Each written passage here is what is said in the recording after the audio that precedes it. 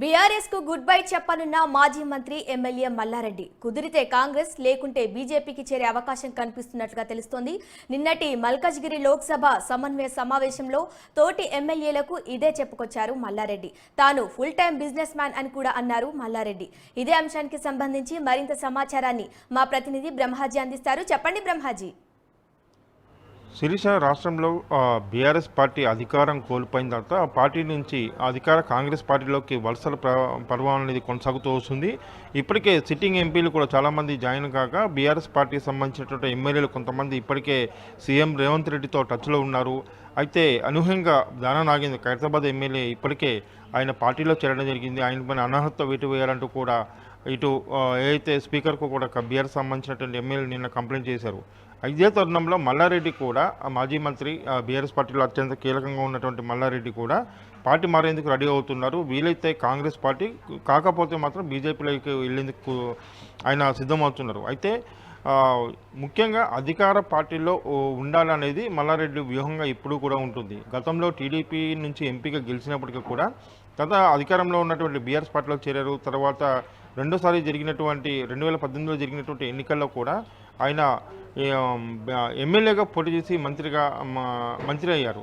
తర్వాత ఇప్పుడు రాష్ట్రంలో అధికారం మారిన తర్వాత ఆయనకు సమస్యలు చుట్టుముట్టుకున్న పరిస్థితి కనిపిస్తుంది. ఇటీవల మల్లారెడ్డికి సంబంధించినటువంటి అల్లుడు కాలేజీకి సంబంధించినటువంటి కాలేజీలో కూల్చివేత సంఘటన కావచ్చు, చాలా అంశాలు కూడా ఆయనకు ఇబ్బందికి గురి చేస్తున్నాయి. ఇటీవల సందర్భంలో ఆయన కర్ణాటక డిప్యూటీ సీఎం అయినటువంటి డికే శివకుమార్ని కూడా కలిసిన సందర్భం పైన పెద్ద ఎత్తున చర్చ జరిగింది.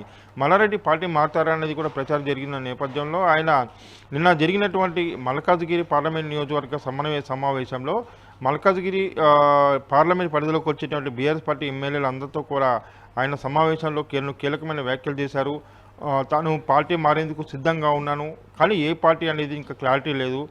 కుదిరితే కాంగ్రెస్ పార్టీ, కుదరకపోతే మాత్రం బీజేపీలో వెళ్ళేందుకు సిద్ధమవుతున్నట్టుగా ఆయన స్పష్టం చేస్తున్నారు.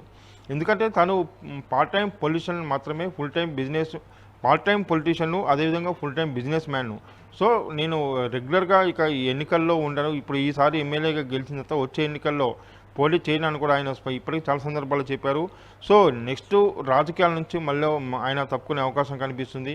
అంటే తనకున్నటువంటి వ్యాపారాలు కావచ్చు, కాలేజీలు కావచ్చు, హాస్పిటల్స్ ఏవైతే ఉన్నాయో వాటన్నింటినీ కూడా కాపాడుకునేందుకే తాను రాజకీయాలకు వచ్చానని కూడా చాలా సందర్భాలు కూడా చెప్పారు. సో ఇప్పుడు ఆయన ఓపెన్ మైండెడ్గా ఉంటారు కాబట్టి ఓపెన్గా ఏ విషయాన్నైనా చెప్తూ వస్తారు. సో అందులో భాగంగా నిన్న జరిగినటువంటి సమావేశంలో కూడా తోటి ఎమ్మెల్యే కూడా మల్లారెడ్డి తన పార్టీ మారబోతున్నట్టుగా స్పష్టం చేశారు. తను ఏదైతే బీఆర్ఎస్ పార్టీలు ఉంటే మాత్రం తన వ్యాపారానికి ఇబ్బందులు వస్తాయంటూ కూడా ఆయన స్పష్టం చేశారు. సో ఇప్పటికే డీకే శివకుమార్ని కలిసి తను కాంగ్రెస్లో వచ్చేందుకు సిద్ధంగా ఉంటున్నప్పటికీ కూడా లోకల్గా ఉంటున్నటువంటి నేతలతో కొంత ఇబ్బంది ఉంది, తను కాంగ్రెస్ పార్టీలో రాలేకపోతున్నాను, ఒకవేళ వచ్చినా కానీ అక్కడ నన్ను ఇబ్బందులు గురి చేసే పరిస్థితి ఉంటుందని కూడా డీకే శివకుమార్కు గతంలో మల్లారెడ్డి చెప్పారు.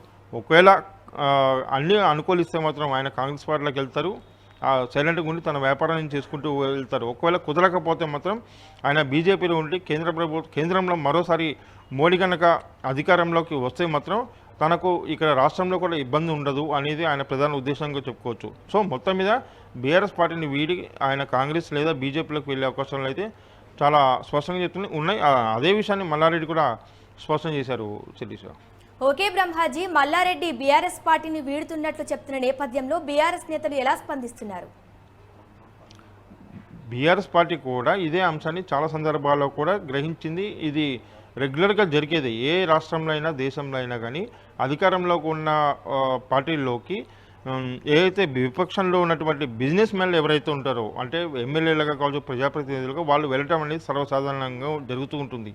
తమ వ్యాపారాలను కాపాడుకునేందుకు వెళ్ళటం అనేది అన్ని రాష్ట్రాల్లో అన్ని చోట్ల ఉంది. అదేవిధంగా బీఆర్ఎస్లోకి గతంలో బీఆర్ఎస్ అధికారంలోకి ఉన్నప్పుడు కూడా ఇతర పార్టీల నుంచి అక్కడికి వచ్చిన సందర్భాలు చాలా ఉన్నాయి.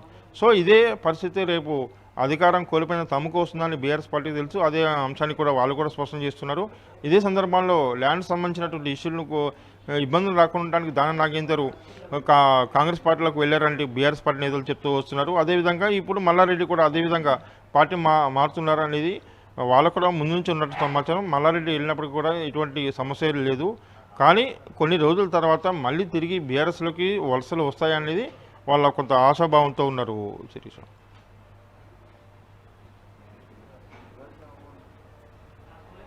Okay Brahmaji, thank you.